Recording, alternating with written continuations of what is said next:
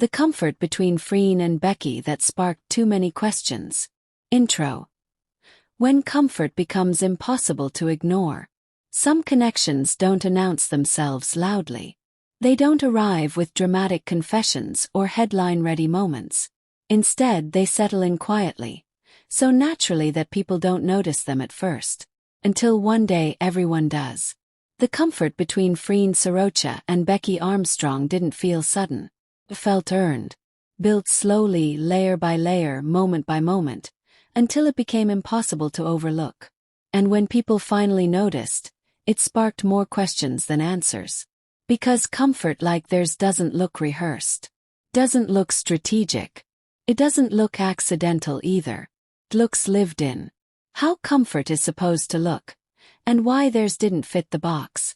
In professional settings, especially in entertainment, comfort has rules. You're allowed to be friendly. You're allowed to laugh. You're allowed to support each other, within reason.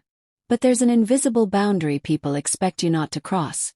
Emotional ease that feels too instinctive. Freen and Becky crossed that line without ever stepping out of it. Their comfort didn't show up as exaggerated closeness or attention-seeking affection. It showed up as something far subtler, and far more unsettling to observers. They moved like people who didn't need to think about each other's presence. They adjusted naturally. They softened without realizing it. And that's what made people uneasy. The first thing people noticed: how quiet it was. The comfort between them wasn't loud. There were no constant touches, no dramatic reactions, no forced intimacy. Instead, there was silence, and not the awkward kind. The peaceful kind. Moments where they sat close without filling the space with words. They waited for each other without explanation. They shared pauses like they were part of the conversation. In interviews, when one spoke, the other listened fully. Not politely but attentively. As if the rest of the room faded out. That kind of quiet doesn't happen by accident. When comfort becomes a reflex. One of the clearest signs that sparked questions was how reflexive their comfort had become. When Becky felt overwhelmed, Freen shifted closer without looking. When Freen grew quiet, Becky adjusted her tone instinctively. When something felt off, neither needed to ask. These weren't decisions. They were reactions. And people noticed, because rehearsed closeness requires awareness. Real comfort doesn't. Why people started asking questions. The questions didn't come from scandal. They came from confusion. People weren't asking, what are they hiding? They were asking, how does this exist so easily? Because most co-stars reset after filming, compartmentalize emotions, switch off the connection. Freen and Becky didn't seem to switch anything off. The comfort stayed consistent. On stage, off stage, during work, during downtime. That consistency made people wonder, is this still acting?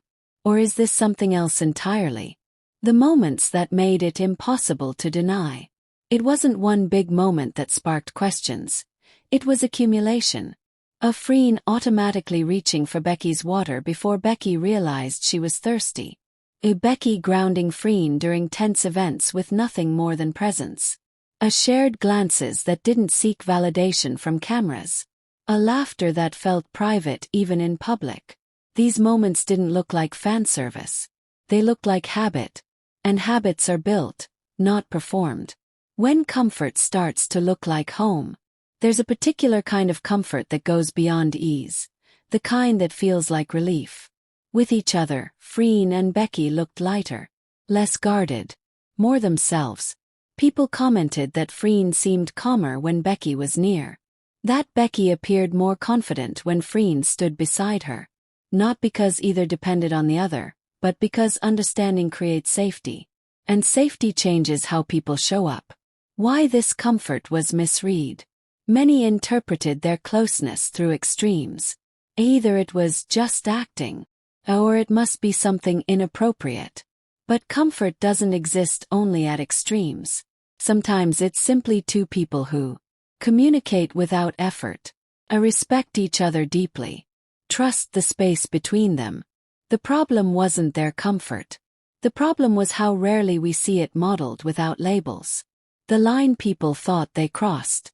There was a moment when public conversation shifted from curiosity to suspicion. People began asking, "Is this still professional? Are they too close? Why does it feel different?" But here's the truth many missed. They never crossed a line. They dissolved the illusion of one. They showed that professionalism doesn't require emotional distance. That respect doesn't demand coldness. That care doesn't automatically imply romance. Their comfort stayed grounded. Never performative, never excessive, never exploitative. And that's precisely why it unsettled people. What their comfort actually represents. At its core, the comfort between Freen and Becky represents emotional fluency. They read each other. They adjust naturally. They don't compete for space, they share it. That kind of connection often comes from a mutual respect, a shared vulnerability, time spent being real, not impressive. And it doesn't need to be explained to exist. Why questions will always follow them. As long as their comfort remains quiet, consistent, and unforced, questions will follow. Not because something is wrong, but because something is rare. People are used to chemistry that performs. They aren't used to chemistry that rests.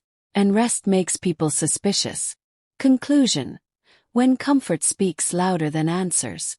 The comfort between Freen and Becky didn't spark questions because it crossed boundaries. It sparked questions because it made boundaries feel unnecessary.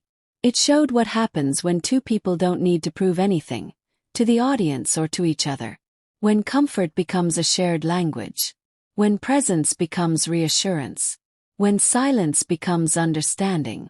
And perhaps that's why no explanation ever feels sufficient. Because some connections don't need answers. They just exist quietly, steadily, and honestly. And the more you try to define them, the more you realize they were never meant to be explained at all.